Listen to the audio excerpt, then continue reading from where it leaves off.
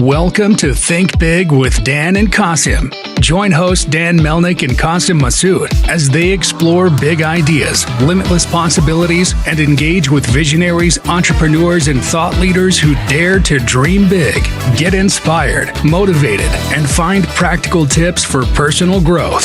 Think big, dream bigger, and ignite your potential. All right, welcome to Think Big. And if you want to go ahead and introduce yourself, tell us where you live and what you do for a living. Yes, hi. So my name is Daniil. I'm living in Brooklyn, New York. Just recently I started a company, the Superhero Box. What we're doing, we making customized food for kids. Awesome. So how did you get the idea for this company? I think it's like started from kind of intersection my daily routine with my son, because I was picking lunches for him for a few years until he got high school. And also I was always passionate about food and design. So when I started the company, it was basically I was looking for a solution because I was picking lunch boxes for him. And then I realized probably it seems it's like a big problem, like a national scale problem for all busy parents like me. I started reaching out, talking to my friends who also have kids, and realized they're also packing lunches for their kids as well. And then the idea just came up, right? And I just started with just few clients from the neighborhood, my neighbors, and then we realized it's a high demand product, and we start growing, and we still kind of on a pretty high growth rate. So Awesome. So can you just share like a use case of an example of how a customer is using you guys today? Yeah, our clients, it's busy parents, right? So the young professionals, they have kids, they have also less time to figure out like everything because they always busy, which is fine. So we helping them, right? So basically we becoming the kind of essential product because we support their morning routine. So for example, if you have kids, they're going to public school and they don't like lunches from school cafeteria, which is totally makes sense. So you have basically just two options. You can pack lunch boxes for them by yourself, or you can subscribe to our service so we can do all this work for you, even maybe sometimes even better, because we have like a whole professional team to dedicate that work specifically for your kid, right? Because we're learning about their food preferences, allergies, any dietary restrictions, so we'll know everything, sometimes more than parents know about their kids' preferences. And we constantly learning and we improving the menu specifically for each client. It's the essential product. It's pretty simple, right? So it's a customized lunch packed into reusable lunch box, and we deliver lunch boxes directly to school before lunchtime. So yeah. So is your partnership with all these schools, and I'm assuming it's mostly still like in New York, right? Yes, we started in Brooklyn, from Greenpoint, because I live here, and it's a great area to start. It's a beautiful family community. And then we went to Park Slope or Green, and then we partner with Vivi. They have a few locations in Manhattan. So now we started delivering lunches there. So basically now we're covering Brooklyn and Manhattan. And we have clients, family as a clients, right? So we selling directly to clients, but we partnering with schools and daycare. So it's kind of more like B2B2C model, I would say. Right. Yeah. So essentially, like every day you have drivers that are driving around, dropping off on their routes just to each school in their, geographic location, right? It's like that kind of Yes. how it works. Yeah, so currently we have around 20 locations. We're using around 4 drivers every day.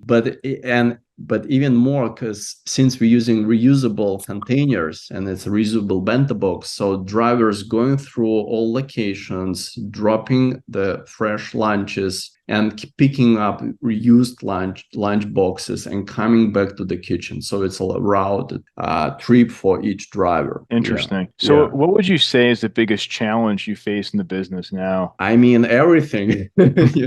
It's really I said it's like a simple product, but in reality it's like a really complex product, right? Because it's a food, it's food for kids, it's customized, it's delivered every day and fresh cooked, and it's hot, packed into thermos inside. So we have like a short time delivery window. Everything is challenging because we trying to truly create the best product in the market. So we like to keep, and this is our essential goal, to keep the quality in the same level with the scale. And I think we're doing pretty good.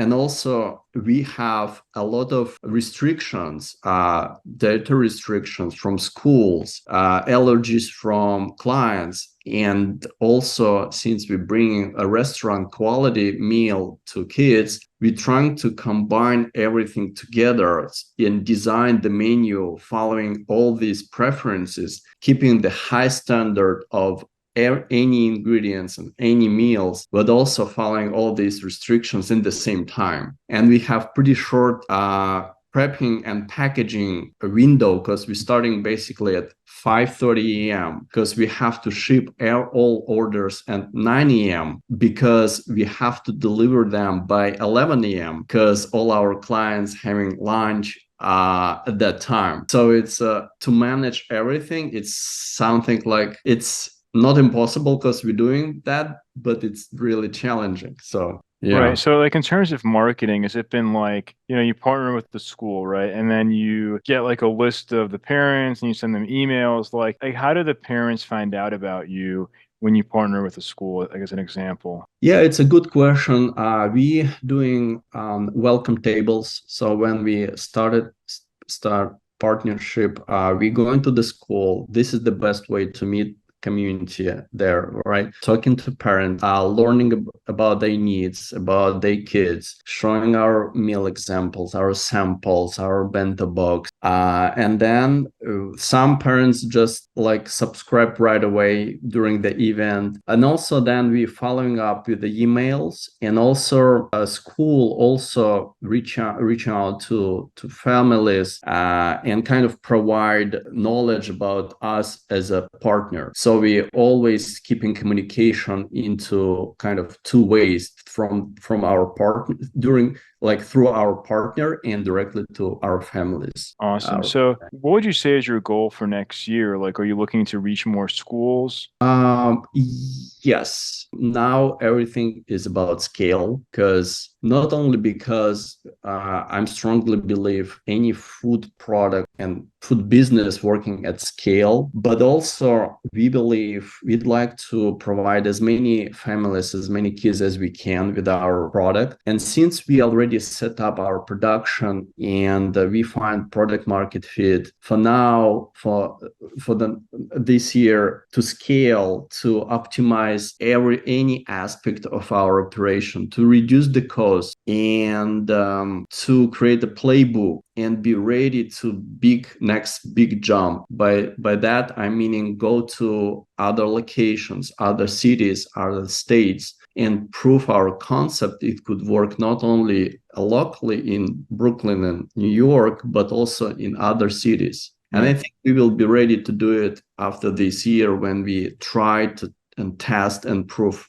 everything. So do you mostly work with private schools or public schools? I'm not sure if maybe like one, niche might be more challenging to kind of get your foot in the door. It's a good question, because we started with public schools because we are on a mission to kind of fix the system, right? So we went to public schools, and we still have a few partners as a partner, public schools. But also then we realized working with daycare is even like more sustainable for us, because public schools have some option, right? It's a free lunch, and it's difficult to compete with a free product. Even it's a like low kind of about the quality, right? So it's a kind of we can discuss the quality, but when we're talking about price and free option, it's kind of difficult to compete. So, and then we realize it's a huge market of daycares, and a lot of daycares don't provide any lunch option. So for us, it's like kind of open niche, right? So, and for them, it's also a win-win situation because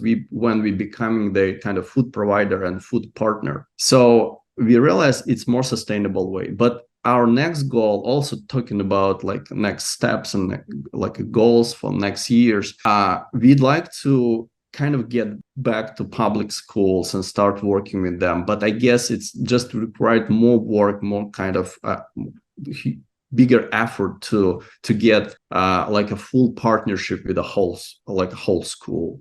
And also we don't work with private school yet, but also it could be kind of next step for us because also could be a great niche and big market for us as well. Right. So for the public school, like your vision is more so the school is using school funds to pay for it as opposed to the students themselves. Yeah, it could be mixed model because as I mentioned, we working with a small public school in the neighborhood, and it's still the same model. So parents paying us for the service, but eventually it could be kind of like a kind of partnership when we becoming kind of official vendor of the school, providing like all students with our lunches, our products. So No, yeah. that's awesome. So out of Yeah. the 20 schools right now, like how many of them are daycares? It's only 2 public schools and rest of them are daycare. So because we focused on daycares and now we still kind of this is our main focus. So Right. Yeah, exactly. I mean, that's cool. So I guess like, in all this scenario, obviously people are looking for ways to use things like AI in their business. So do you feel like AI could come in and help your business in any way? it's a huge trend, and but it's kind of interesting because even our business, it's kind of we doing almost everything manually, right? So like it's like a crafted product, but since we know all restrictions and preferences, we know all ingredients, we know all portions. It's this work to combine all these components and create a design menu. Actually, AI can do this work, and we already tested it. So we put like a prompt to AI with 2 client description with the list of ingredients, and we asked to design the weekly menu for them, and it's kind of working. It's not like a perfect because they're trying to mix like rice with I don't know, like with pasta or something. But I know the system can learn, right?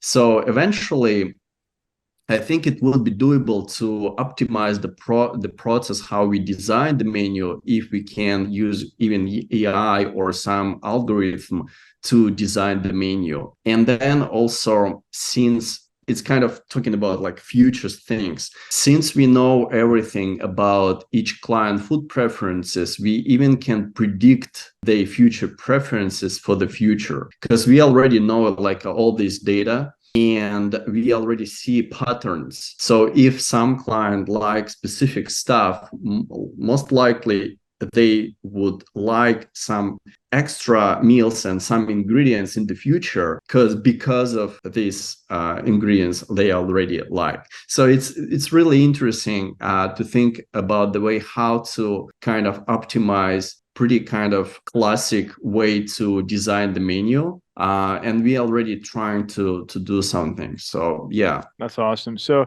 obviously, because you mentioned earlier that you guys are looking to scale, but like with scaling in different cities, would that mean like you have to actually open up the infrastructure there and make these fresh meals? Or have you thought about going more towards the model of these companies that ship meals and it's not as fresh per se, it's more like shipping frozen meals. So I guess like what does that look like for you? It's a good question because this is why we're working on playbook. So we'd like to kind of make a guidelines for a whole process of our operation, and also we believe in kind of shared economy, right? So now we're using shared kitchen space, and we're using shared delivery service, and everything we can outsource, we outsource, right? So when we're thinking about scale and going to other locations, I think a great solution for us could be when we outsource production, but we host everything about brand and technology and marketing and sale. So I think we can just outsource, talking about, and keep the same model. So it could be fresh cook lunches, like delivered to schools, but also great thing about our product in general, since we're focusing on customized food for kids. It's not only about fresh lunches for schools, right? It's just the first product for us, because we can create any possible additional product connected to the each client profile, because we already know about everything about their preferences. So it could be bars, vitamin, juices, milk, smoothies, anything. And also could be some lunchable like set to create your own lunch. Do you know what I mean? So it could be like a wide product line for client, and everything could be connected to their profile, following their preferences, allergies, any restrictions. So this is our vision, to not to go kind of grow horizontally, like in different locations, but also building different products to kind of provide our clients with all possible customized meal for to kind of improve their food experience. For sure. So what would you say is like the one biggest piece of advice that you wish you knew before you started this company? Oh, it's a great question. I mean, I think what I learned from like starting the company and doing the business, the most important and the most difficult part is to start selling, not to start like thinking about the concept or making a concept or making some like pitch deck or first sale. It's kind of essential things. When I remember in Shopify, I got first $38 for first order, and it was like magic, because someone paid me for something it kind of didn't exist like few months ago, but now it's real, right? And it's this feeling, it's real, and people are ready to pay for it. It was kind of deal breaking things for me. So I think maybe because, and I know for me it was a long period when I just thinking and trying to find the best solution to the best product, right? To find like to figure out everything. Maybe I should even have started like a little bit earlier. I mean, selling, because I was so afraid to start selling the product. So I remember like I just wasn't like procrastination, but I was like pushing myself to the point when I start selling the product. So It was more I of like think, just lots of iteration trying to figure out. You're like, oh, I don't know if it's perfect. I don't know if I would want somebody buying this yet. yes, Like, yeah, yeah. yeah. And then I just realized it's not perfect at all. But people like it, and people know it's good, right? And they open to buy it and to pay for it. And this is the proof of the concept. And when we start growing, we realize, oh, but basically we can make it better, we can improve things, and we're still on the way to improve things and bring kind of level of our product quality like even higher and higher. But still in the beginning it was like so many concerns, like, oh, it's not perfect, enough. So yeah. No, 100%. I mean, you're not going to know until because like even then early on, you have to get that feedback from the kids, right? Like you don't, so you have to test that concept, and over time you kind of iterate, like these kids want this, those kids want that. So Yeah. it is a lot of iteration. And to your point, I think it's like people are always like, oh, it's not perfect. It's like, no, you're better off just putting it out there and just Right. testing the market and just seeing what happens. Yeah, it's a great point because testing is a key. When we with the team trying to figure out stuff, what are the best way to do these particular things about packaging, delivery, operation, recipes, ingredients, everything. I already know the best way to find the best solution is just trying things and see how it goes. And we always kind of learning things on the go. We trying, seeing, receiving feedback, fixing stuff, and then we're learning and we're finding the best solution. So yeah, just like start doing things, and with our case it's selling because yeah, it's kind of for me it's like a proof of concept when I see okay, it's a product and people like it and people want to buy it. So For sure. So if somebody watching this wanted to reach out to you, do you mind sharing your website or just best way to get in contact with you? oh yes, we have our website. I guess maybe we can share like a link or something on the and yeah, the website and my email. I guess this the best way to reach out to us, and also our Instagram because it's like our brand is not about food and taste. It's also about design, how it looks. So we have a lot of beautiful images and live images and videos how it going and how it looks. So yeah, Awesome. Well, I just want to say thank you so much for your time and we're rooting for you. thank you. Thank you. It was a pleasure talking to you. Thank you. Likewise. Thanks. All right. All right. Bye. All right. Thanks.